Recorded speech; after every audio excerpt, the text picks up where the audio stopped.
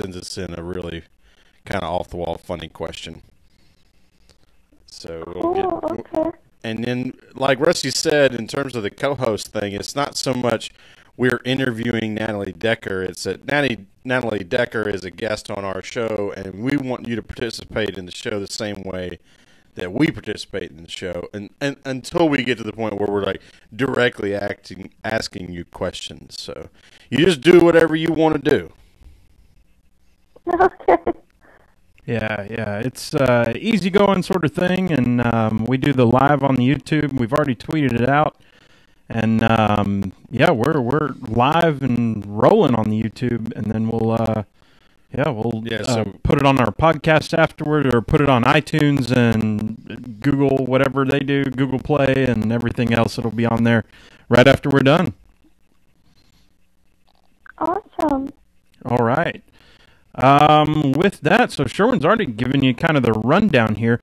So one thing that happens sometimes, as we do our intros and as we are starting the show, we may cut out for about a minute on you. Don't worry, we're still here, and you'll hear our voices come back, and we'll be joining you right after that, and we'll welcome you to the show.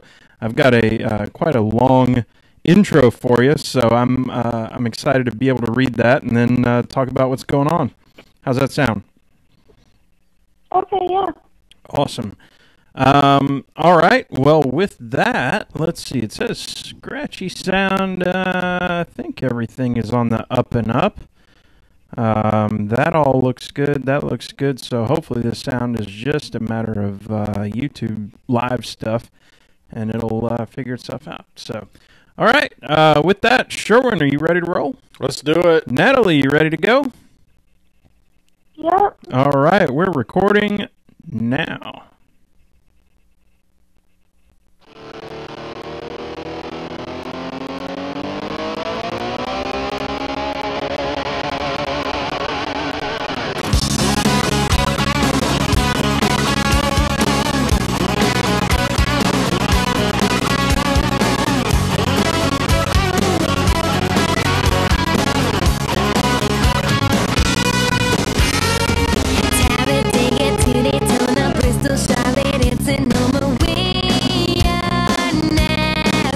Welcome, y'all!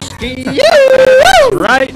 This is the Pregame Engineer Tailgate Mayor Racing Podcast, episode number 137. Today is Thursday, March 8th, 2018. I'm Tailgate Mayor Rusty Wallace. I'm joining the PTM Podcast studio with Pregame Engineer Andrew Sherwin. What's up, dude? I'm pretty sure this is the first podcast we've ever done where the next day we're getting on a plane to go to Phoenix. I was about to say, we are officially in our vacation mode. NASCAR vacation mode. We couldn't be more excited about today, tomorrow, the next day, and about this show that we're about to do. Before we do it, though, y'all, the PTM Podcast is sponsored by you. That's right. You go to patreon.com/PTM and join that What You Drink Club for as little as $1 a month. Get your free koozie. We've been sending some out to folks just recently.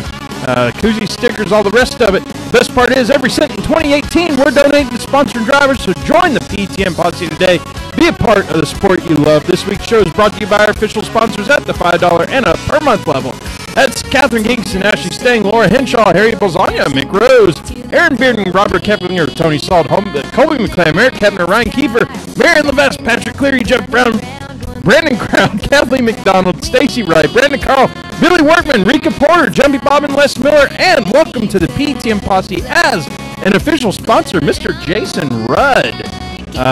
Sherwin, I can't do that in like 3 breaths anymore. That was a lot. That's a lot.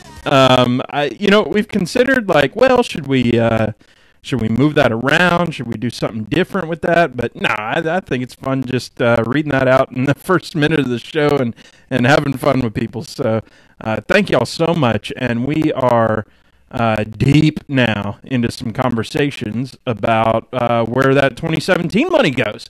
So we're going to be super excited if and when that, signatures happen and blah, blah, blah, and that money's burning a hole in our pocket right now, ready to send that out to folks, Sherwin. 100%. 100%. And I just saw, I didn't get a chance to read the whole thing, but looks like we're going to get to talk to him right after this is all wrapped up. Yes, sir. That's going to be awesome. So, with that, YouTube crowd saying the sound's on vacation. We'll figure it out. we'll make something happen. But with that, we have a very special guest tonight. She is the driver of the number 25 N29 Capital Partners Toyota for Venturini Motorsports in the ARCA Series. Crew Chief Dave Liner. I'm probably saying that wrong. She's a 2013 ARCA Midwest Tour Rookie of the Year. Let me throw some stats at you, Sherwin. This is pretty cool. She's got a super late model background. 8 career ARCA starts, posted 3 top 10s. 2018, that's this year. This just happened. This was a couple weeks ago. Right? Daytona pole winner. She finished 5th in that race. I almost said 8th. I'm wrong. 5th in that race. She's a national spokesperson for something that I am way too aware of as I commute on my daily drive into work in Buckhead here in Atlanta for the People Against Distracted Driving charity, advocating safe driving, and you can find her on Twitter at Natalie Racing. It's Natalie Decker. Natalie, what's happening? Hey, thank you for having me. Oh man, thank you so much for being on. This is going to be a blast. We're excited to get this rolling. Sherwin, you got something to say?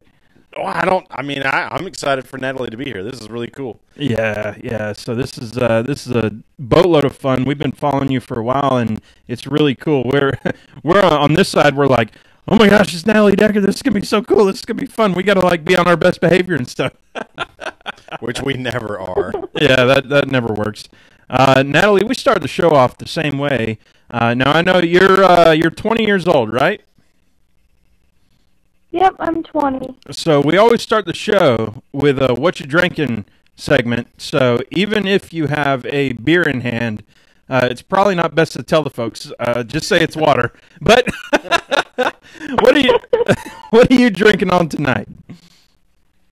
Okay, wait.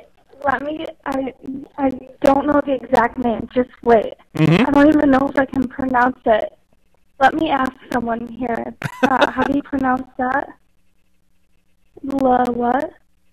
Okay, it's bubbly water. It's pineapple strawberry flavored, and the brand is what? LaCroix? Oh, LaCroix. LaCroix. Yeah. Yeah, right on. Is that it? Now, Okay. you know, the only reason I know that. And I'm also drinking water and vitamin water, and that flavor is like the something blueberry pomegranate. It's like a darker red. You are I always have a few different flavors and options at once. You are staying well hydrated. Sherwin, at my work, we have free LaCroix. I guess they're trying to, keep us from drinking the sugary stuff or something. But sure, I drink a boatload of LaCroix, so I'm like, man, I'm all frou-frou now. I'm drinking LaCroix. Hey, and I'm that doing lime LaCroix is pretty good with bourbon as long as you're not aching from that sweet tooth. Right. Yeah, that's tasty. The what is it? What's that called? Grapefruit. There's a grapefruit one that's excellent. That's right, really good with vodka. Right. Always having to mix it, Sherwin. What are we mixing on tonight? I think we're drinking good old Jim Beam and Coca-Cola like we have been the last few weeks. Yeah, it's Coke Zero. I'm shaving the calories. All right, sweet. Less of a hangover tomorrow. Bodacious, we'll get more into that later. Right. La Croix is what Roger's saying on there. So La Croix. Well, it ain't like the Iroquois Indians. Might not be Native French. Americans. You know what? Excuse me. We got a Frenchie. I shouldn't say that word. We have a French connoisseur at work, and he said it's LaCroix because that's the way they want it, and that's the way they pronounce it. They're right, and they don't they don't do the French version. So whatever it is, it's Well, it might even be a Haitian. I was going to say, or Louisiana or something. Yeah, Louisiana fast. So with that, real quick, y'all, we're going to talk about car number 37. It's episode 137. Not a very popular car in terms of longevity, Sherwin. There is one win in the 37, which we've broke our winless streak of 35 and 36. And by the way, I was really proud. Were we present for that win? Bobby Isaac. So no, we were not. Doubtful. We were not. Yeah. I was proud the other day on our friends across the pond, MOATF podcast. They had William Soki on. Soki! And they had asked him how many drivers have won in the 35 car, and he said, well, PTM just did the 35 car on their deal. So I was like, that's awesome. So somebody's listening. Yeah, I reached out to him and said, you're welcome for the assist. yeah. Bobby Isaac had 7 starts in the 37. He had 1 win. It was driven most by John Andretti. He had 54 starts. Jeremy Mayfield had 39 starts, and Chris Buescher, of course, with the 39 starts. Nobody else has started more than 29 times, even though there's been 83 people to drive this car. So 83 people have driven it like less than 29 times. So wow. Yeah, isn't that weird? That is kind of weird. Some notables: Tony Raines, Kevin LePage, Tiny Lund, Derek Cope, David Gilliland, et cetera, et cetera. But yeah, so not a whole lot to talk about on 37, so we'll just talk about our guest here, Natalie Decker. Natalie, tell us, let's just start it off with this. What you're doing right now, how it feels to have a full-time ride this year, 2018 ARCA Series full-time ride with Venturini, and how that came about and what you're up to. It's so super crazy that I have a full ride and that we just raced at Daytona. I still can't believe it. And that we got the pole and everything. So crazy, but I'm super happy to be here. I recently just moved to North Carolina from Wisconsin to be here and to be closer to the team and to the shop and everything. Because I was traveling a lot back and forth, and I only did, I think, 7 races last year. So a full season is 20, and it's a lot more than 7. So I knew I kind of had to be a lot closer and be able to go to the shop whenever. And so I'm really glad I made the move. And I've been living here probably for 4 days now only. So recently. Oh, wow. So that's like breaking news. Natalie Decker out of Wisconsin. So what part of Wisconsin were you from? I'm from Eagle River, Wisconsin. It's like 3 hours north of Green Bay. Oh, wow. Like that's the upper. Cold. Yeah, really cold. I'm in Canada. That's cold stuff. Welcome to... I'm in Canada, yeah. Welcome to the South where it's not nearly as cold. So is that like border with the Upper Peninsula of Michigan? Yeah, like I'm 45 minutes away from Michigan because they have that big bridge that connect, like you can... I don't even know what the name of it is. Marinette. It's super scary, and I won't go on it. Yeah. But what's really funny is I just, moved into the apartment, and I went, to the shop or something for the day, and I left all my windows open just because it was a new apartment, and I wanted, all the fresh air to come in, and it was kind of raining. And I had, the maintenance guy come and fix some things in the apartment when I was gone, and he came back and was like, we totally know you're from out of town. It's 45 degrees out and your windows are open. You're crazy. And I was like, 45 degrees is not cold. True story. I wore gloves into work today, Sherwin. It was 38 or something when I left this morning. I'm like, I'm putting on my gloves. I ain't gonna be cold. Yeah. And Natalie's over there with her windows open. Yeah. She's running around in a sundress or something. Yeah. Right. going back to, you talked about that pole at Daytona. What was your reaction when you realized you had the pole? Probably that was I don't know. Was it when you got it, you knew it, or was it kind of waiting on it later? How did that go down?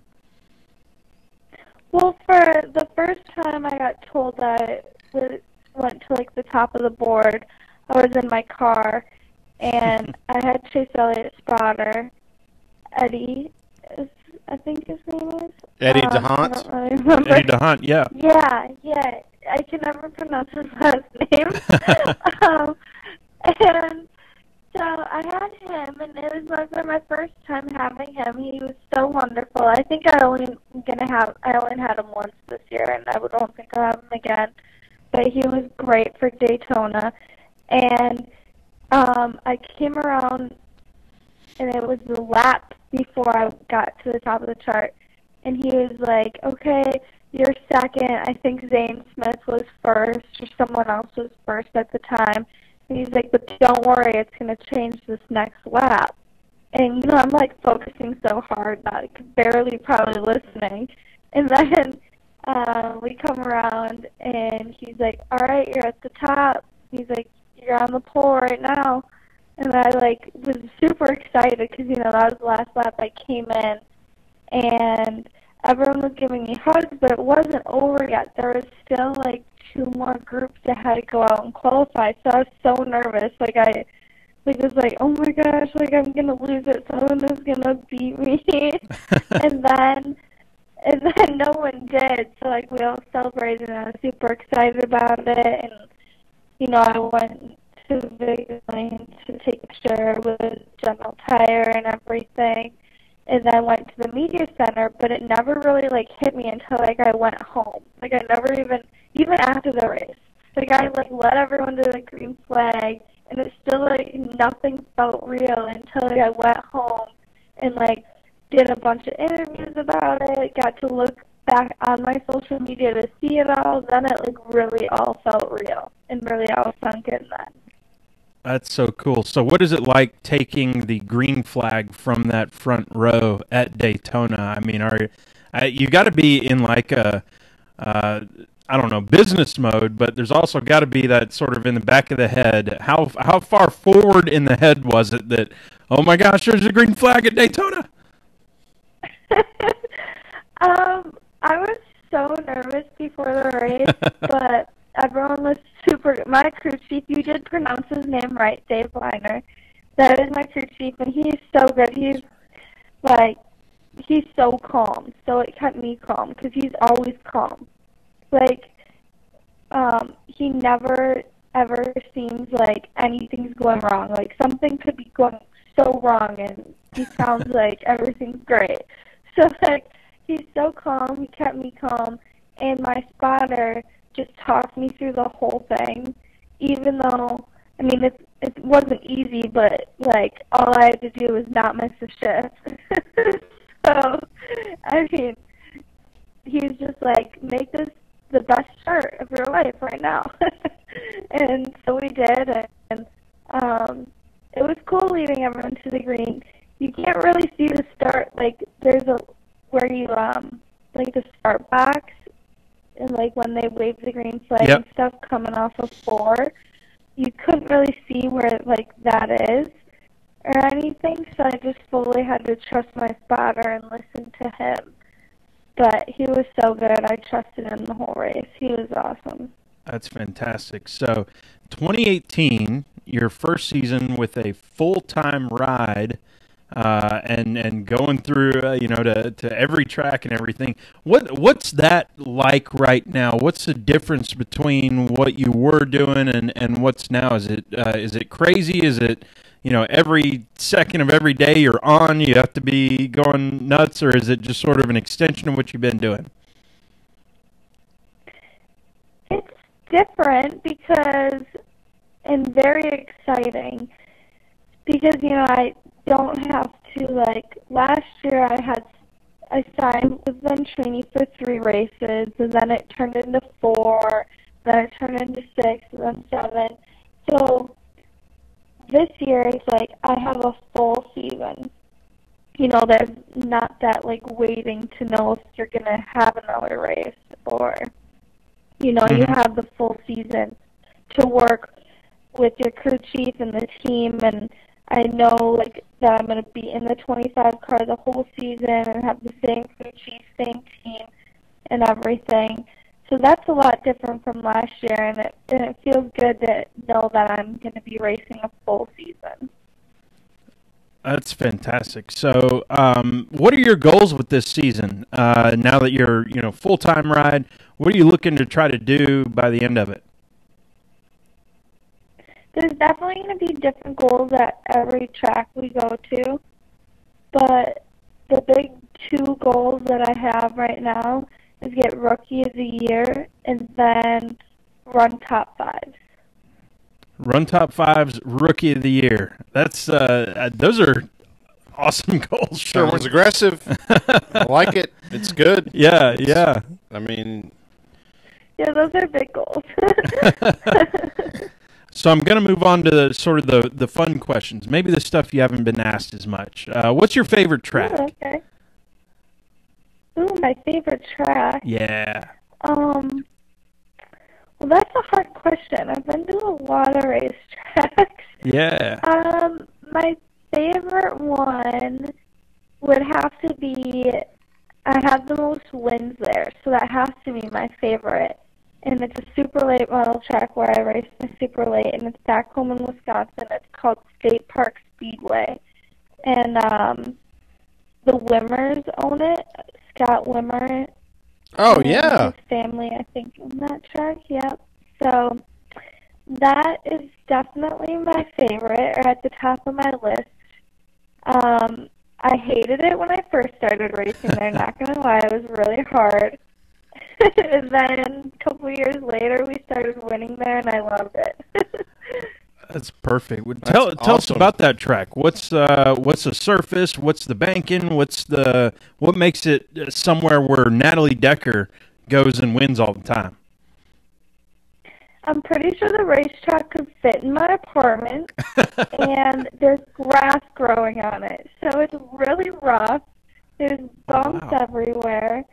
I think it's falling apart in turn 3 and 4, but it works. It's so rough, but it's amazing, and they have the best racing there. It's wonderful. They always have their grandstands always full, and they have, like, at the end of the night, all the fans come down into the pits, and everyone comes. Like, no one goes home right away. They all come down into the pits, and everyone hangs out afterwards. So it's really like that short track feel racetrack, and I really fell in love with it after I started winning, though, because I did not like it at first. Now, what did it take to go from not liking it to it being your favorite? Like, how was that transition? Was there a point that, like, you got it, or was it a longer transition? It was actually one of my first wins was there, so that, like, really helped me like the track. I think I was racing a super stock, and so, like, I'll try to tell a story super quick. I started racing stock cars when I was 12, and I was in a 4-cylinder. My first race ever, we, like, wrecked. I got right reared, and I, like, destroyed the front wall at Plover. It's in Plover, Wisconsin, Golden Sand Speedway. And that was the first race my mom watched me in a stock car, because it was my first race, so she never watched a race again. So, like, now fast forward a year and a half, I'm racing super stocks. It's a bigger car, faster car, and one of my best friends from high school, I wanted her to come with me to a race, and, like, 'cause we, like, camp out the whole weekend and, like, make it a huge fun family thing. So I'm like, come experience it. It's really fun. So she, like, hung out with my mom when I was racing and made my mom watch the full race, and I won at State Park Speedway in this car, and, like, so that became my favorite track. This is the first time my mom watched a full race. My best friend was there, and I think I was the youngest person to win there. I think I was like 13 or 14. Oh, So wow. it was a great weekend. That's fantastic. That's how it became my favorite track. It was like overnight. I was like, all right, I love this place. So I don't know if you know this, because as you're saying stuff, I'm Googling stuff and image searching and whatnot. If you type in State Park Speedway, Wausau, Wisconsin, into Google image search, the 9th image is a picture of your car, and it says Natalie Decker, and it has your name on it, so, and your face and everything. So you are State Park Speedway as far as they're concerned. That's pretty cool, huh? And you know what? My sister Yeah. briefly lived in Wausau, Wisconsin. Really? Yeah. Very briefly, but she was there. We're both from Atlanta, or Atlanta suburbs, and we both have strange ties to Wisconsin. I lived in Waukesha, just outside of Milwaukee, for 2.5 years of my childhood when we moved up there, and then that's when I decided I don't like snow the way these guys like snow, and it's cold. I played a lot of hockey around that area because I played hockey in high school. So tell us about that. That was among my questions. I saw we got sort of a rundown and heard that you played some hockey. Tell us about playing hockey and how you got into that. And can you come down here and beat up the boys in Atlanta? I probably could have when I was in high school. Maybe not anymore. But how I got started is I have an older brother. His name's Leif, Leis. Sometimes people say Leaf, but it's Leif. Leif? And, Leif. And he started hockey. I think my mom forced him to play hockey, and he, cried every day and hated it. And I came along and watched, and I wanted to be like my brother, so I wanted to play hockey. And finally, he loved it. And I just always loved it. I was probably 4 when I started, or 5. And I started, just half-rink stuff, and, I couldn't even skate. I'm pretty sure we all wore, snowsuits that you'd play out in the snow in when we were, skating around. And then I just did it all through, all the way up until high school and through high school. And it was cool. I first had to start playing on the boys' team because there was no girls' team. It was not really heard of until you got into high school. There was no, club teams. So finally, I think I was in 5th grade, they came out with a girls' team. So I got to go play with the girls, which was a lot more fun because the guys were rough. And then I played in high school, and I moved to North Carolina once before while I was still in high school. And what was awesome is my school still let me do online classes through them so I could graduate with my class. And then when I came home in the winter, I was still allowed to jump back in and play hockey with my team. That's fantastic. I struggle with ice skating. That's the thing, Sherwin, with hockey, and you know it. I had season tickets for the Atlanta Thrashers when they were here, and what was really cool about that was that I was getting into hockey, watching hockey right when my wife was getting into watching hockey.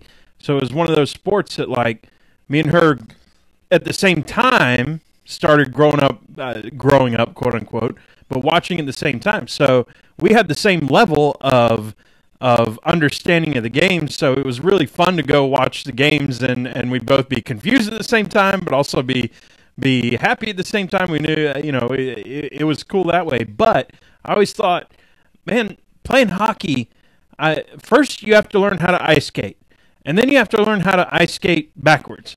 And then now you got to learn how to, like, run into somebody while ice skating. Now you got to, like, now you have to hold a stick while running into somebody while ice skating backwards. And now you have to try to, like, shoot this little puck while holding a stick while ice skating backwards. Into somebody. And then, like, if you fall, you have to, like, bounce up immediately. Right. If I fall, it's freaking yard sale, dude. There's everything goes. That in practice, like, that's a thing. Like, you skate. Okay, so you know how there's red lines and blue lines. Yeah. And stuff. We skate, and at every line, you have to drop down to your knees into your belly and get back up as fast as you can. Keep skating to the next line, drop down, and like, so we practice falling and getting up. Oh, screw that. Practicing falling and skiing. Right. All of my practice involving me on ice skates is trying not to fall. And here they are practicing falling and getting up. So I think it's one of those things where, like, if you, it's one of those things that's indigenous. Like, if you grow up learning how to skate, like, when you're so close to the ice, like, it couldn't possibly hurt you to fall. Right. Like, you develop this level of balance. Go ahead, So Natalie. I was skating the other day, actually, with some friends, and we were just playing 2-on-2, and I wasn't wearing any, like, pads or anything, just, like, skates, helmet, gloves, and a stick, and I fell a few times, and, it, like, with no pads, and the ice really doesn't hurt when you fall. It's like you really gotta, like, fall right on your knee or your elbow or something bad. Man, So that's why we wear knee pads and elbow pads when we play in real games. I'm a wuss, dude. Like, no, I'm not falling. So I got a coworker. So we've got a. I think it's because of that slide out factor that when you hit, you don't, like, all your momentum doesn't stop. It's mostly forward momentum. There's Yeah. not a whole lot. I mean, you can only fall so far. I don't know. We can try to justify it to ourselves. So I've got a coworker. We've got a satellite office in Mequon, Wisconsin, and he doesn't live too far from there. And he goes out with a hose pipe and builds up these boards and then just fills it up with water in November. And it just freezes over, and he's got a whole ice hockey rink in his backyard. And he was telling me about this. I'm like, I don't understand those words, dude. You have to speak English to me. What is that? Well, you're so talking about making your own thing. You might as well be speaking Greek, German, ancient, Egyptian, Latin, whatever. I don't understand. Well, we also might have to translate for the audience on what a hose pipe is. Rusty's in this very unique vein of Southerners that call a hose a garden hose pipe. It's a hose pipe. And I know what he's saying, but a lot of people don't. We got hose pipes and we got roach bugs. And so we had palmetto bugs or roaches. Yeah. Call them palmetto bugs because you didn't want people to get all freaked out that you got roaches. But trust me, unless you pay an exterminator 24 hours a day, if you live in the South, you got roaches. It's a fair. That's good awareness, Sherwin, because I was somewhere. I think I was at work. Like with people that were around the South, at least, you know, a lot of the folks in Atlanta didn't grow up in Atlanta or whatever. And I said hose pipe just as a comma, you know. Yeah, I was outside with the hose pipe, just trying to. And they go, with what? With the hose pipe, you idiot! What do you think? Natalie, are you out? You know anything about hose pipe? No. No. I don't know what you're talking about. Yeah. You started talking about roaches, and now I'm grossed out, like, looking around in my room. Well, you're in that. Well, you moved Being to the in an South. apartment complex, you might be all right. Well, They probably have a pretty aggressive spraying program. True. She did move to the South in the winter, though, so she's she doesn't know yet. Do That they have those in North Carolina? I came back from New Hampshire. Yep. And there was a beverage that I hadn't finished that I Ooh, left on okay. the end table. No. had a roach in it. Oh boy! Well, It at was least better than hell because that was a stout drink that evidently I decided not to finish. Yeah. Well, I'll tell you what. If you give me a choice of last drink, I'll take that stout, I guess. Yeah. So good on the roach. Killing that roach. Oh man, yeah. You'll become immune to those. And if my wife is any example, who she grew up in Massachusetts, or not in Massachusetts, in Connecticut, she's going to kill me now. She hates the cold now. Right? Once you move Eventually, down here, it does go away. Yeah, yeah, exactly. So with that, so we talked about your favorite track, and we talked about hockey. Tell me about what's a favorite place to eat outside of a track that you've found along the way? Oh, lots of places. um, I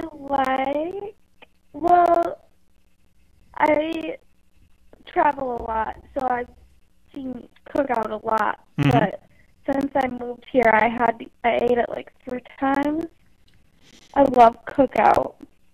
Cookout, okay. I went to LA, and I had a dirt race out there. Then I stayed a few extra days because now my brother's a model out in LA. Long story short, he lives there and models out there. So I went and visited him after my race, and I had In-N-Out.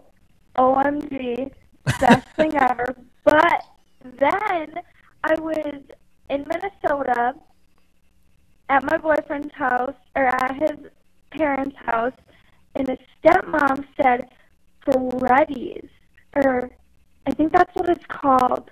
Oh my goodness. They're only in the Midwest, and it is like, I swear, it is like almost, I think it's better than In-N-Out. And I could never say that ever, even though I only made In-N-Out a few times. But this place that they have in the Midwest is like, I've only had it like once or twice, I think, but I will like fly home, I think, just to eat there again. So good. They have special sauce just for their French fries, and like a little station that says like French fry sauce. And then there's like a hot version and a normal original version. Nice. I have no idea what it is. Well, but it is amazing. There's a few things that we can, we're pretty proud in the South here, but there's a few things we can learn. And if you're going to give me a straight up French fry sauce with, hot version and normal version, I mean, shoot, they've got something figured out for sure. Evidently. Right? But, so did I hear in there that you've got a brother who is a model in L.A.? Is that what I heard? Yes, I do. That's Leif, the one who used to cry when he was a little boy playing hockey. Oh, and then one time he after you skate and shift for about a minute, then you come off. Well, his coach turned around and was to my mom, Amy, something's wrong with Leif. And she's like, oh no, what? And he's like, he's not crying when he came off the ice. It was really funny. That is funny. Yes, he's a model in LA. Wow. Crazy. I'm the race car driver. Talented family. Well, it's funny because your family and obviously your cousins and stuff are into racing, and then the one person said, "I'm not sure about this racing thing. I'm gonna go model in L.A." Fantastic. So yeah, we all four used to race go-karts together. So Paige and Claire, my brother and I, we all traveled in our families for 2 years straight, all over the U.S. and raced karts together. My family it was crazy. And then he... Yeah, go ahead. And then he stopped racing because he wanted to play hockey. So... And he was getting into high school. So he had to quit racing to take hockey more serious. Now, if we... And then he never went and played juniors. He went to be a model. It was kind of crazy, but awesome. So if we had him on the podcast next week, what story would he tell about Natalie Decker when she was younger? Because you've already You've already, given some. Spilled his beans. Yeah. So quid pro quo. He would say a lot of things. I pick on my brother a lot. That's awesome. If you look him up on Instagram, his name is I am Leif Eric. Okay. And that's his name on Instagram. Look him up. He's a model. Wait till you see him. That's fantastic. Oh, good for him. That's awesome. Sherwin, I feel very boring in comparison. And I mean, I love my family and all that, but we're not like racing, and my cousins aren't racing, and my brother's not a model. I don't have a brother, but it's what Right? what about certain families that everybody is doing something that's awesome like that? I shouldn't be like that. My sister teaches underprivileged kindergartners, and it's very cool. But shoot, we don't race. No, we don't race. I do software. My sister's an engineer, which is cool. No, That's cool. just messing with you. Yeah. No, I mean, no racing, though. No racing nowhere. I have to, teach. I mean, my dad will occasionally ask a question about the racing stuff. Yeah. And I have to make sure I don't go too deep because he don't care about, deep. Right. Just surface level. Heard about your driver, did all right. Yeah. Thanks, Dad. Appreciate Sure you did. reading the paper. Short, yeah, reading the paper. So, Natalie, I did a little bit of homework, and I noticed that you have a Wikipedia page, and I always love to ask our guests who have Wikipedia pages what that was like the first time you saw that, and then were you like, no, that ain't right, or that's about right, or what your reaction was there? I have a Wikipedia page. You sure do. Yes, you do. Oh man, this is news. All right. So, It even includes personal life. you know what? I'm gonna go. Oh no, I'm scared. You're gonna read it. Oh gosh. Yes, I'm going to read it. Oh, we This got to is- read the personal This life is stuff. why we do this stuff. This is why Oh, we're this here. is going to be fun. There's nothing bad here. No, this is gonna be fun. But you So- can tell us whether or not it's actually accurate. So All right. the picture is with you in Victory Lane in 2016, and you're holding a pumpkin. What was that story?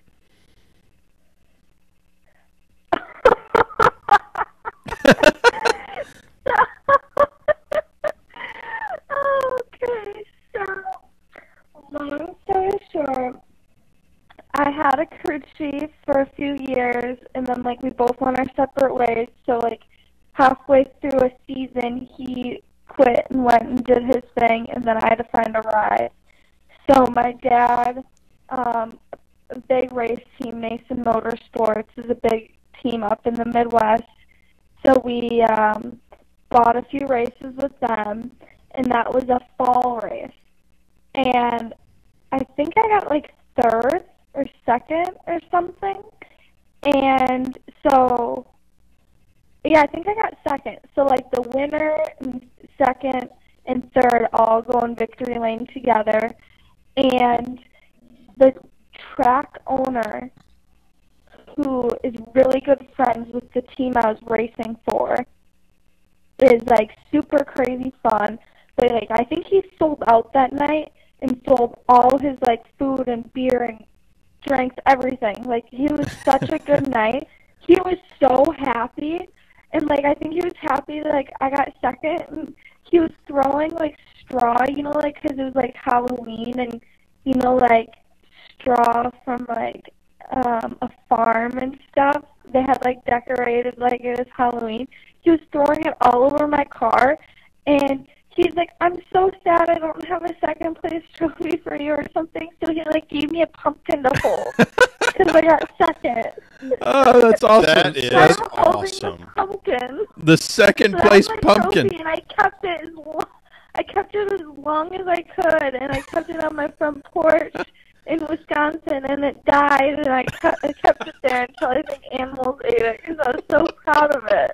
I love this. I love the pumpkin story. All right, I'm fixing to read the personal life section. So I read it real quick. One of the big things, I guess, is your family comes from a background of like snowmobile racing. What's the story there? Yeah, so my dad and his three brothers, and my dad's the youngest out of all of them, they raced snowmobiles growing up. I think two of his brothers, Alan and I want to say Mike, so there's Alan, Mike, and Steve, and Alan and Mike, I think, raced for a factory, and that was like a big thing back in the day. It's not so much anymore, I don't think. But so, and I believe it was Skidoo. So they raced, and they were like crazy. It was Team Decker. They've just recently got inducted into the Hall of Fame. The whole team did. And my grandma and grandpa started a Decker Snow Tour, and they took snowmobiles and went to like Iceland, Alaska, Wyoming, all over, and did these tours, and people would fly in, ride their sleds, and they would give them a tour around. So like my family was really big into snowmobiling, and it's super cool. My dad owns the World Championship Snowmobile Derby in Eagle River, Wisconsin, where I live. And he, if you win there, you're a world champion for life. And he won there in '87. So then he bought the track, I think, in '89. That's fantastic. So true story number 2 for me tonight, Sherwin, is well, first off, I had never seen a snowmobile until we moved to Wisconsin, and didn't even know what it was. But speaking of stuff I didn't know what it was, so down in the South, you know, I was young. I was 7 or 8 years old, but I was mowing the lawn. Like I had to pull on the ripcord and everything on a 18-inch lawn boy for 1.2 acres of that's land. a lot of walking. Oh my gosh! And it was just normal, so you didn't know any different. But when we got up to Wisconsin, I didn't know what these snow blowers were that people had. Mm-hmm. And when we moved up there, I told my dad, I said, what are they doing? They've got like a snow mower. So my family to this day calls it a snow mower. Right. Calls any snow blower a snow mower because of me at 9 years old or 8 years old whenever we moved up there. So that's, like I said, to this day I call it a snow mower, even to people who don't know the context of everything I just told you. And I'll be like, oh, yeah, he's out there with his snow mower doing his thing. Whoa, back up, brother. Snow mower? You skipped a couple letters there. Yeah, it's a snow mower. What do you want? Oh, man. So, Natalie, so we continue going along here.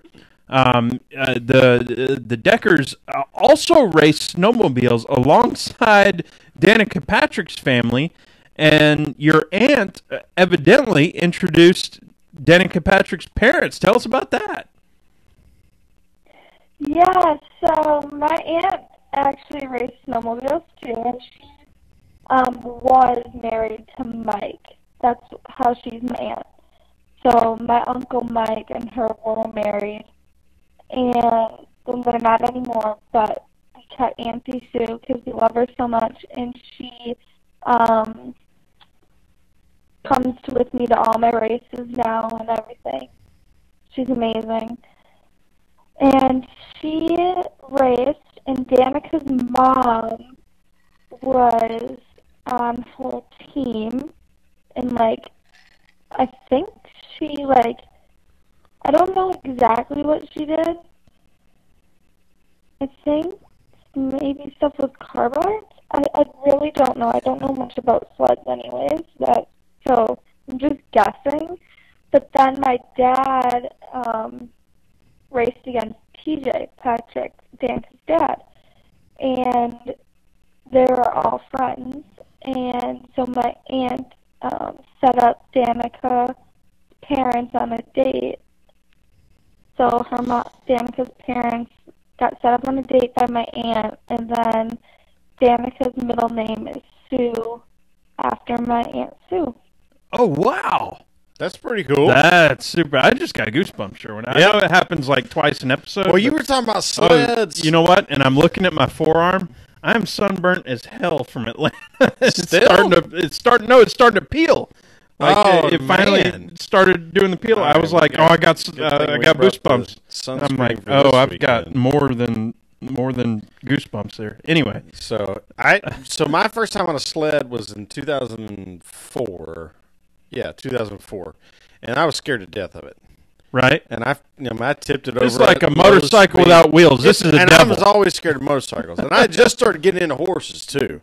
So I was like, man, this thing is like, I don't know. Sometimes at some points less controllable than a horse, which has like an actual brain where it can do whatever it wants. And I dumped it over a couple times, but I remember the second year when the sleds came in to rent. Like the kids are all fired up. The kids at the golf pro shop where I was working became like the snowmobile rental shop. Okay. And the cross country ski rental shop. And the guys were like, all right, so we got to test these things out, make sure the spark plugs are good. And I'm like, all right, y'all watch this. Boom, just wide open off the driving range. And Lordy. You can look back and see where like there was tracks, and then there was no tracks for like 100 feet, and then I landed. Like, it's amazing what 1 year of riding this sled will give you on the confidence level. Oh yeah, and one redneck. Hey, hold my beer. Watch this. Right, hold my beer. Natalie, something we love asking every racer as well. Was there a time where you showed up at a racetrack? And I can't remember who asked us this question first, Sherwin. It's been many episodes. I think this is Laura's question. It could be, but something that you forgot when you showed up at the racetrack and what you had to do to overcome that. Oh, goodness. Let me think.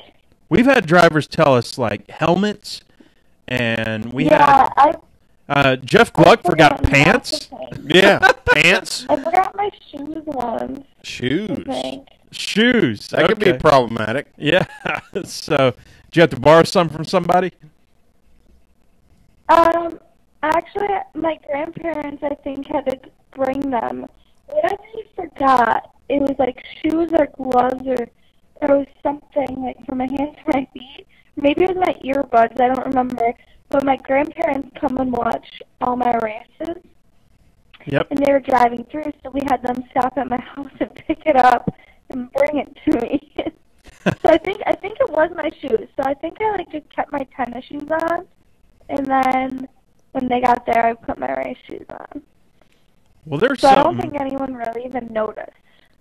There's something that the North/Midwest and the South have come to agree on is the word tennis shoes. So I'm digging that. I don't know who told who what the deal was, but I know there's like sneakers, and I know there's like other words for it. But hey, tennis shoes is where it's at. Tennis shoes. Yeah, right on. I don't know who the hell says sneakers anymore because it's damn sure tennis shoes. Oh, I was like 19 years old the first time I played tennis. I didn't even know tennis was shoes. A sport when I knew that I had tennis shoes on. Right. That was just it was a adjective for the shoes that you have. It could have been TENNA, tennis shoes. Yeah, tennis shoes. Yeah, for sure. So with that, Sherwin, let's start tearing it down with Las Vegas. Vegas, baby. So we went to Vegas. Natalie, did you catch the Vegas race? There was like one car that went to Vegas. Yeah, right. Natalie, did you catch that race? No, because I was just moving into my apartment, That's so right. I didn't have anything set up. That's right. So the big thing, I mean, the big story, like twice this week now, was Harvick destroying everybody on that. Harvicking changed definitions in 48 hours. True. Yes, that's a good point. Yes. So that verb became something new not too long after that. And but another race dominated by Harvick. with hardly anybody on the lead lap, a lot of tire fall off, et cetera, which was surprising for a lot of people at Phoenix. Phoenix. I'm thinking next week. Got it on the brain, man. I know, man. It's on the I know. brain. I'm so excited. But for Vegas, that's kind of something new there. But, of course, all that sort of taken away, everything but the W. Like, they took away the points, they took away the accolades. All the playoff points is the big deal. Right. All the playoff points, the stage wins, everything.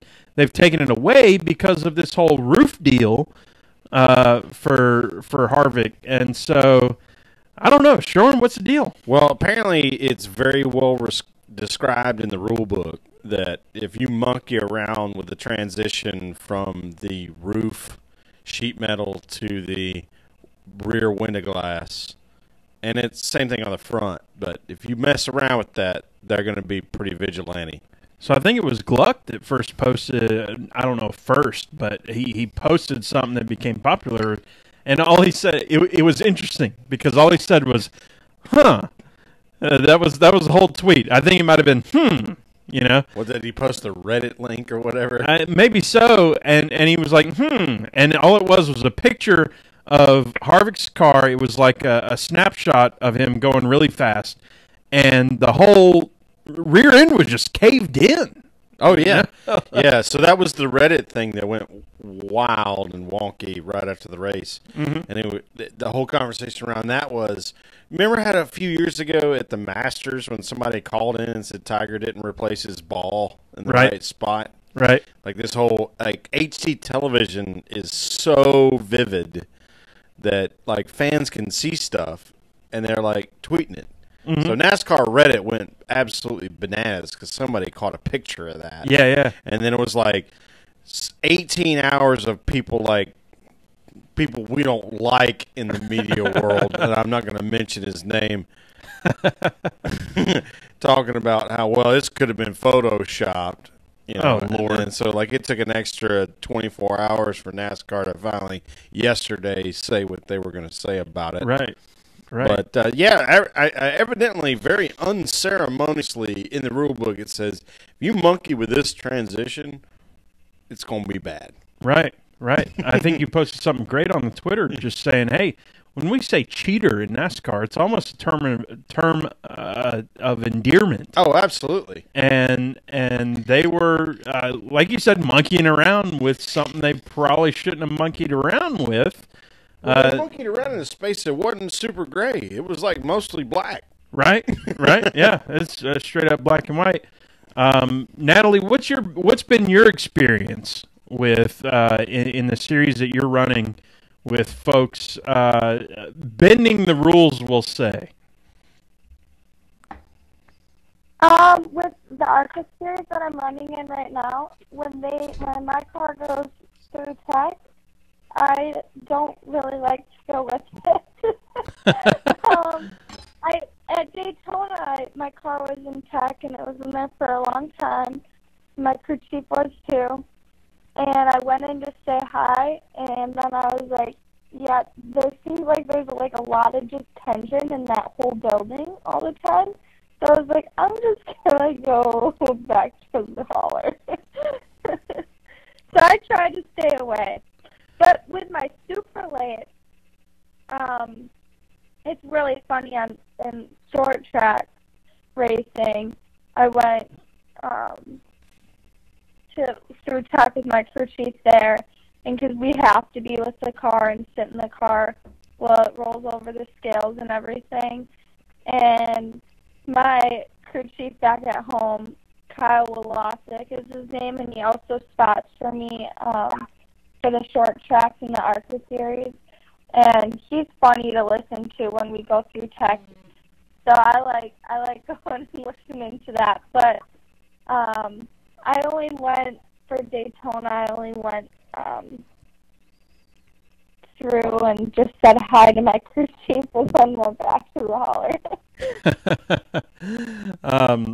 Yeah, so Sherwin, I don't know what else to say.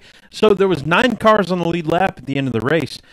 Say that Harvick doesn't dominate that race? Does that mean there's still 9 cars on the lead lap and everybody else is within bounds?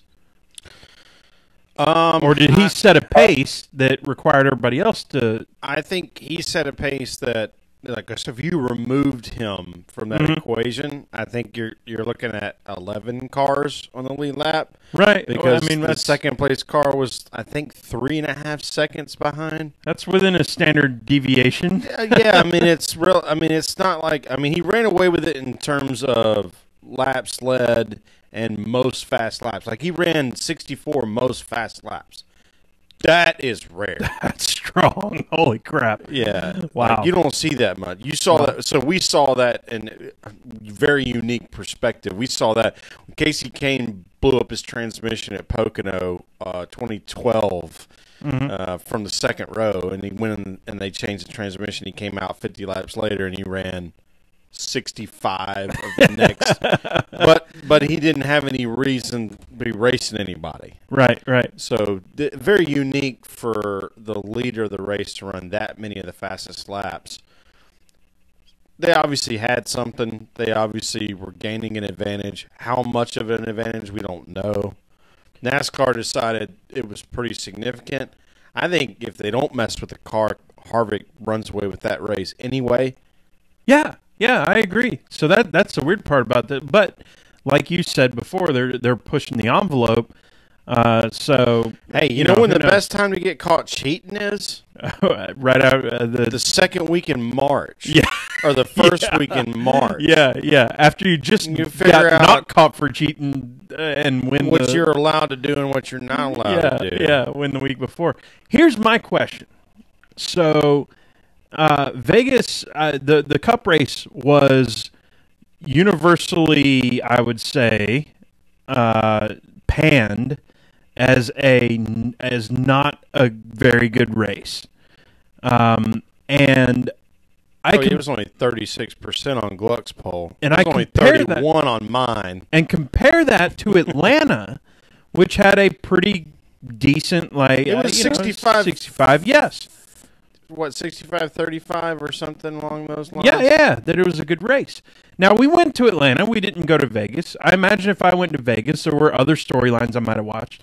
What's the difference between that Atlanta race and that Vegas race? Because the similarities are very similar in that Harvick leads the whole thing. I mean, leads most of it. Tire fall off is a big ordeal. It did matter. 9 cars on the lead lap in Vegas, 13 on the lead lap in Vegas, or maybe 12, whatever it was, because I think I even tweeted, I was like, there were 21 cars that finished on the lead lap combined in the last 2 races. Yeah. And I might have done the math wrong because I might have been 12 at drinking Atlanta beer. and 9 at Vegas. Yeah. So what's the difference between what was, I wouldn't say universally a good race at Atlanta. There were certainly people who thought it wasn't, but that flip-flop, what was the difference there? And I'll give a quick shout-out. Mick Rose, at GoDucks42_Mick. And Natalie, I know it's been a while since you've talked, so let's have you start this one. What is your definition of what a good race is when you're watching a race? What's a good race for you? Ooh, that's a good question. Just a lot of, like, side-by-side racing. And a lot of, like, I like short tracks because there's a lot of moving people around and rubbing each other. So, all the short tracks are really fun to watch. And really a lot of the races are exciting, but the short tracks are really, really exciting. Yeah, I think Sherwin, I would say the same thing. What makes a good race is some side-by-side stuff. For me, strategy, because I've got that nerd brain, and so I want to see tire strategy. I want to see pit strategy. I want to see something. How many times do we see guys do this off strategy and it not work? I like, a good race for me is some guys doing this weird strategy and then it works. But it still comes back to the question of what was the difference between Atlanta and Vegas, and it's hard for me to answer that question because I was at Atlanta and I wasn't at Vegas, so obviously I enjoyed one. And quite frankly, I mean, I watched the Vegas race and I was just like, yeah, not interesting. Also, it's worth pointing out the Vegas race is 100 miles shorter than the Atlanta race. Right. So I thought everybody loved the fact that we could shorten these races. But clearly they did not. That's not an aspect. That's not a variable that's involved here. I think what the main difference is, if you just say, all right, let's forget about all the other racing. Let's compare Atlanta to Vegas. I think the biggest difference is you saw some genuine excitement and maybe a little bit of scariness with how much faster new tires were. And so you saw weird things happening on entries and exits to corners because so many cars are getting passed by somebody who just put on tires. Yep. Now, Vegas had tire fall off. It was great to see that nobody could take two and make that work. Yep. We don't need that in NASCAR anywhere because, But so here's the thing. I like strategy, though. So if there's a place where you can take two and that be a strategy thing, I'm okay. I'm okay with that. I'm okay with it. I like to see how it plays out, in other words. But anyway, to your point, keep going. I mean, strategy's great. I think one of the biggest differences between Vegas and Atlanta is just that there was nearly as much overtake. And you didn't see nearly as much, holy crap, the leader just entered turn 3, 45 miles an hour faster than a pack of guys that look like they just threw out the parachute, and now he's got to figure out how to navigate and drive around them. And then some dude in 23rd, 3 laps down, passes the leader. Right. Or that too, because we saw plenty of that too, where maybe you're about to go a lap down, you go, screw it, I'm going to come in and get tires. I'll pass the leader before he wants to get tires. We know tires are going to wear out before anybody runs out of gas. So we didn't quite know that at Vegas. Yep. We may be there now, though. Yeah. I think Vegas has the potential to be better, but I think one of the biggest things is what makes a good race is two guys arguing for the same space. And we did not see a lot of that at Vegas. That is exactly, I think, what Natalie was saying there, and I like the way you put it. Two guys arguing for the same space. Natalie, what do you think? Well, I didn't get to watch any of those races, but yeah. Yeah. And that's got to be way more stressful as a race car driver when you're arguing for that same space. But I think it also maybe feels like such a bigger accomplishment at the end. I'm projecting my thoughts on you. What do you think? Yeah, good race. Definitely makes the win. I mean, a win's a win, and they all feel great, but when you really have to push yourself and race someone else to the finish and side by side, it does make it just a little more exciting. Right. So Sherwin, let's gas it up. I usually say this. I usually say something like, we're going to Phoenix, and I mean we in the royal context. The royal context, right? The series, the National Touring Series are going to Vegas. The Xfinity cars and the Cup cars are going to Vegas. This time it's not figurative; it's literal. We are going to Vegas, or going to Phoenix. I can't get into tickets downstairs on your kitchen counter to both races. Which, by the way, once again, I've said it on the podcast. I call them up and to order stuff, to order the tickets. And they say, hey, we know we see your favorite driver is Casey Kane.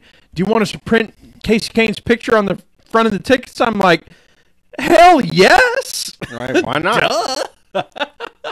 So there's something about, like, I shouldn't care about that. You know what I mean? I shouldn't care. Well, they shouldn't give you the choice if they don't want you to care. But obviously they know you do. Good point. So when they do it, I get excited. I'm like, yeah, I want my driver on the ticket, so print it off. Yeah, why not? So maybe we'll have to amend something at some point. But when they ask you, you're like, yes, I want that. Natalie, have you ever been out west? Yes, I have. I was just in California for a dirt race a couple months ago. And then once, I think I was in 7th grade, a friend of mine that raced karts against me was racing in Vegas. Literally in the parking lot at the Rio Hotel, they set up a course there. And my family and I, we all flew out to hang out with his family and watch him race. Oh, that's awesome. So what do you think, what is there any difference, like big differences between racing out west versus racing out in the Midwest or north or down south? Well, I only did a dirt race out west, and it was an invitational race with Yamaha. Their R1GT, like the prototype cars they came out with. So I really don't know. The farthest, I haven't gone out west really that far with racing cars or anything other than that Yamaha car. And that was just, I think it was 8 of us, maybe. So I really can't tell you.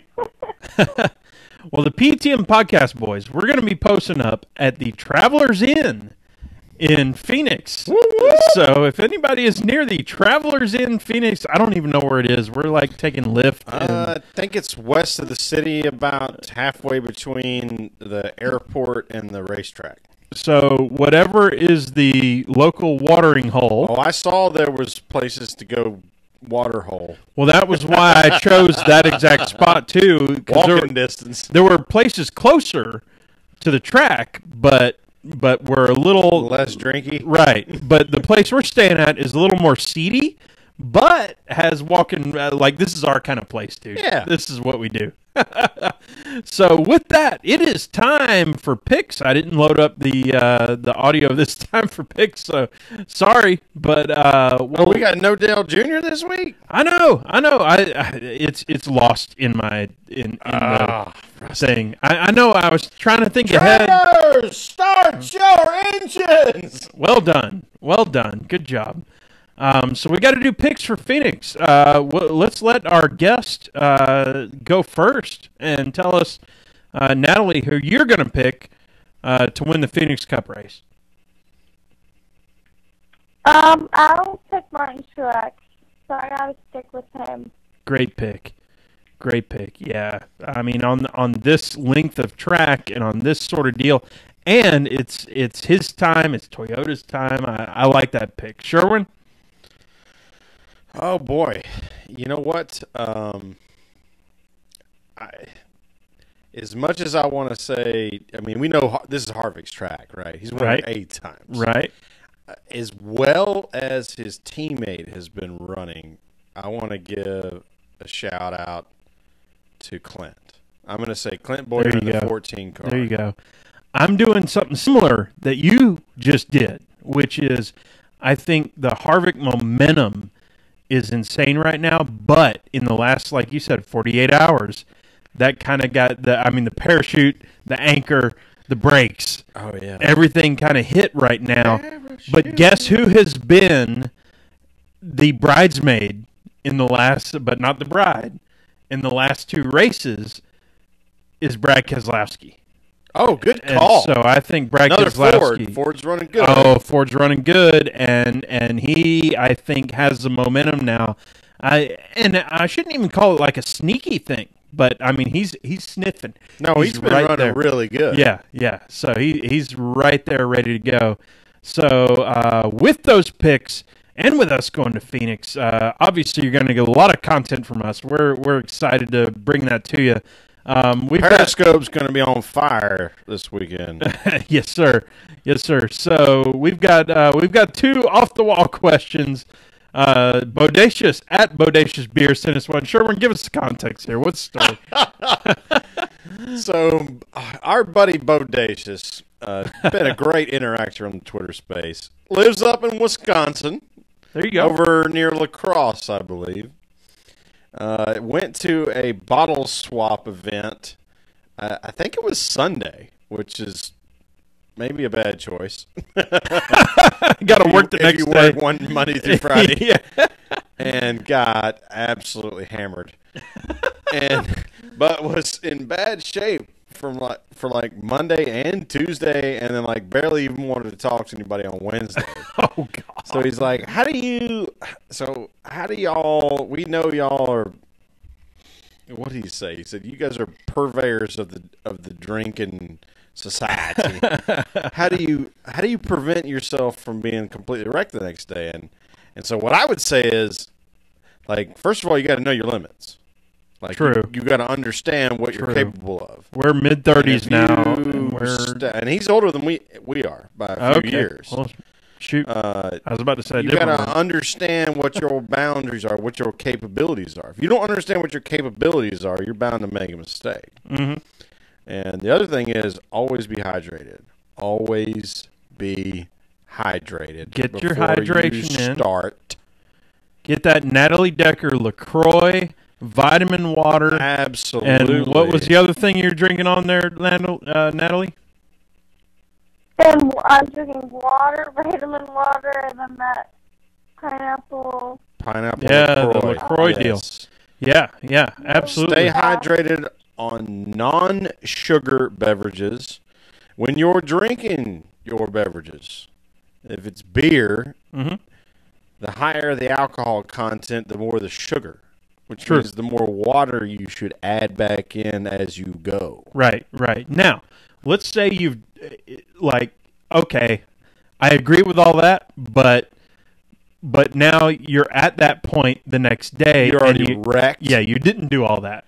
So I'm saying, here's my thing, Bodacious. For me, it's obviously you're gonna wake up at like 6:30 a.m. That's the first problem in this whole ordeal. Right. I'm probably gonna wake up at 6:30 a.m. tomorrow. Right. That's probably gonna happen because right after this, it's fixing to go down. Right. So because we had a 4-hour plane flight to sleep it off. So, here's my advice. Number one is wake up and just down water until you can't do the water no more. Number two, Taco Bell, mister. Like, Taco Bell is your friend right now. I know it's sodium. usually... Make sure you get some potassium in there, but sodium helps in the near term. It's faster reacting to pull water into your body. And at the Taco Bell, you have to drink Dr. Pepper. So you got to get that sugar. That's a good call. You got to get yourself. Order $10. Sugar settles the stomach. Order $10 worth of crap on the menu. That's going to be more food than you can eat. Yeah. And then get that sugar in you. Gordita crunches. Listen to me honestly, my friend. Go back home, drink a beer, and then go take a nap. You'll wake up 100% drink, and you're ready for tomorrow, or you're ready for that evening. Oh yeah! As soon as like that, another route to this finish line would be drink water. If you got a banana around, get you some potassium in you. True. Or an avocado, a ton of potassium in an avocado as well. Grapefruit juice, a lot of potassium. Try to stay away from the ones that are just the juicy, sugary stuffs. Yep. And then that Bloody Mary. Ooh. That tomato juice. You got to have that. Absolute magic. Yep, the pickled asparagus and that sort of and stuff. Get you a pickle. Pickle's got a lot of sodium. It lets you hold water. That's what your brain wants. When your brain hurts and it's pounding, it's because there's no water in there. Right. So, Natalie, take it from a couple of experts on being hungover. With that advice, is that something you think you can follow? That's something I can? I don't know. Well, this will be a helpful hint for race fans everywhere. Right. Because we know race fans like to drink. And for Natalie, in a year from now, she will come back to this episode. Here's what you'll do, Natalie. You'll go, oh crap, I feel like hell. What do I do? We'll queue up PETM 137. Right. Fast forward like 57 minutes. Yep. And you'll be going to Taco Bell. You'll be getting you that Dr. Pepper, and that LaCroix. You'll pour it down the trash. It'll be it'll be time to do that. With that brings us to Strange with Stank. Ashley J. Stank sends us a question this week. She says, Natalie, have you ever got stuck in a yoga pose? I don't know if you do yoga or not, but I love that question. Have you ever been stuck and needed to like ask for help and been like, all right, listen, I'm in a bad way. Can y'all just like, just knock me over, help me out here? Reset. Yeah, what's the deal? No, I've never been stuck in a yoga pose, but one time I was like trying on this dress at a store, like at a boutique or something, and my mom was like still out looking for like cute clothes, and I was like, Mom, come in here. And so she had to come in the dressing room, and we were like both sweating trying to get this dress off me. For some reason, something broke on it, and it got stuck. And like we were stuck in the dressing room with that dress stuck on me for at least an hour and a half. Oh my God! Wow. Oh my gosh! I mean, at But that never point, got stuck in a yoga pose. at that point, you just hand over the money and then just start going at it with a pair of scissors, huh? Right? I should have. Yeah. So Sherwin, ever got stuck in a yoga pose? Actually, so Ashley did send out for the fellas any compromising physical positions. So for what it's worth, for about 3 years there, I actually did. I was going to yoga classes and stuff, and I was in the yoga thing. Here's the thing. I've got pretty flexible legs because my legs are really long, so I can do like the leg stuff. Me and Sherman look about the same height right here, sitting down, but then when we stand up, I've got a couple inches. It's all legs. I'm nothing but legs, right? So I have certainly gotten myself into a position where I was like, yeah, I got this thing. And then they're like, all right, now stand up and go back to down dog. And I'm like, no, can't do that. Sorry. I just need to shuffle out of here and go get in a hot shower, I guess. There's been some leg position things. I think one of them's called, it's either like dolphin pose or something like that, where you put one leg up under you and then you like stretch forward and one leg's behind you and one leg's up under you. And then you come up into How like many this. legs you got over there? I got like 16 legs, and octopuses ain't got nothing on me. And then there's like lotus position, where like you do it like you're sitting Indian style, but it's opposite, so your feet are pointed up. And I can do that all day, but I can't get out of it today. Right. So I've been stuck a couple times where I thought I was the man. And then they said, all right, now go do this. And you're like, no. Y'all gotta, toss out the parachute on this one. You know what they call that seating style now is crisscross applesauce? So they're Oh, because you can't do Indian style. I was just no. You're good. I'm just saying. I wanted to be. It's funny. We're here for comedy, right? Mostly. Word police we ain't having it. Right. I ran into that earlier this week because of something I said a couple weeks ago. Heck with that. Yeah, We're having fun. We're not having word police around here. Natalie Decker, thank you so much for joining. I know we've probably kept you up way longer than you needed to, and you probably had to plug your phone in about 10 or 12 times. So thank you so much for joining. Tell the folks where they can find you, what you're up to, and what's going on. Yeah, they can find me on Instagram, Facebook, Twitter. I got a website, NatalieDeckerInc.com, and it shows you how to get hero cards, and you can buy sweatshirts and T-shirts on there. And that's about it. All right. Awesome. Thank you so much for being on. I hope you had fun. We have had an absolute blast talking with you and stories and stuff. Hopefully everybody on the podcast, as we always say. Hopefully, everybody had a laugh and everybody had a learn something. So, thank you so much for joining. With that, we're going to close out the show. Sherwin, everybody knows where they can follow us at. You can go to ptmpodcast.com. You follow us on Twitter at ptmpodcast, Instagram, blah, blah, blah, blah, all the normal places. Close us out, Sherwin. Well, what they don't know is that we are going to be on the Lap Traffic Podcast. Holy crap. Episode number 60 on Tuesday night. Oh, my goodness. In addition to our episode on Thursday night, they can follow us, obviously, like you said, at PTM Podcast and all the places. They can follow me at Pregame Engineer. They can follow you at Tailgate Mayor. They can follow Instagram. Our channel on YouTube is PTM Racing Podcast, just like everything else. Google that stuff.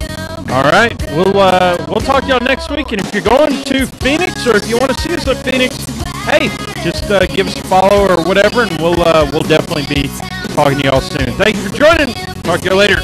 Whoop, whoop.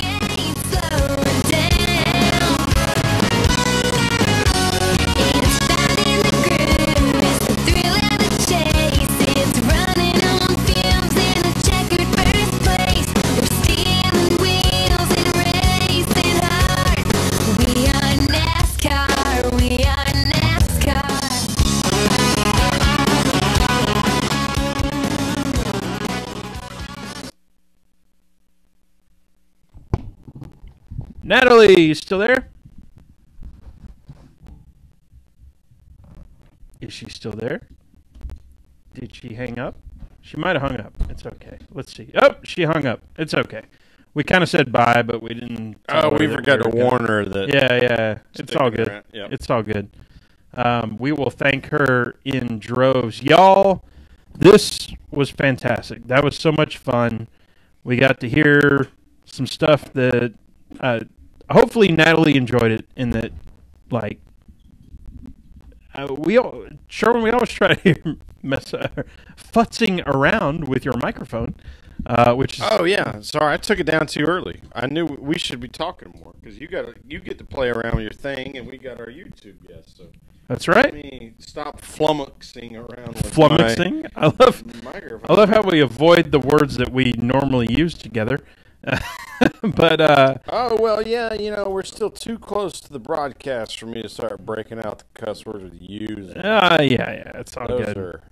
Those are special words that we only for dedicated fans. Thank you so much to the PTM Posse for hanging out with us, having fun. This is fantastic. It looks like the YouTube was way, way behind this time, as I'm seeing stuff happen. But it's still an absolute blast. Paused. Yeah. An absolute blast having y'all here. I don't know what to say, Sherwin. That was awesome. That was so cool to have Natalie. Very unique guest on the show. Obviously. Yeah. And to think about her getting behind the wheel and racing that hard and being still such a gem to have talking to. I mean, once you get behind that wheel, you've got to be a different person.